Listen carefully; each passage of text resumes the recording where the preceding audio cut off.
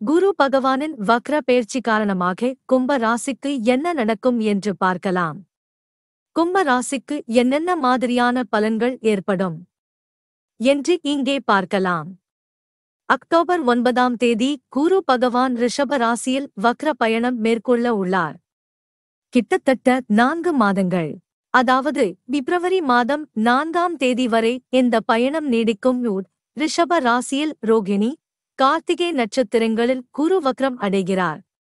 குரு பெயர்ச்சி மற்றும் அதன் வக்ர பெயர்ச்சி பொதுவாக பலவிதமான மாற்றங்களை பல ராசிகர்களுக்கு ஏற்படுத்தும்.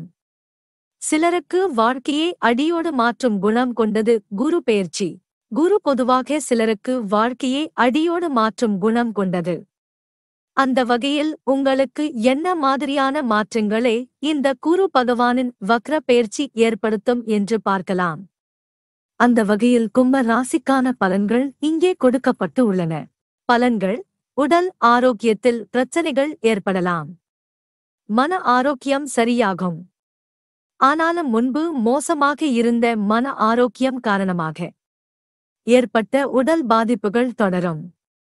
அடிக்கடி வாந்தி, மயக்கம் ஏற்படும் வாய்ப்புகள் உள்ளன.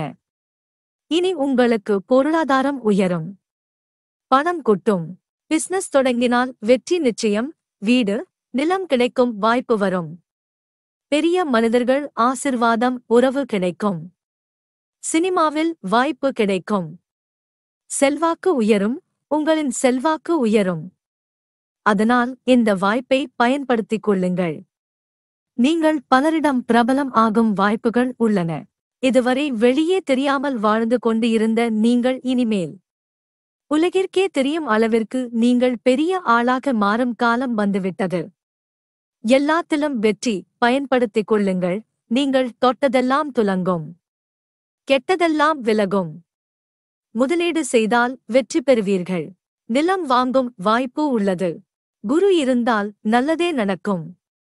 நன்றாக நடக்கும். நினைத்ததே நடக்கும் என்பார்கள்.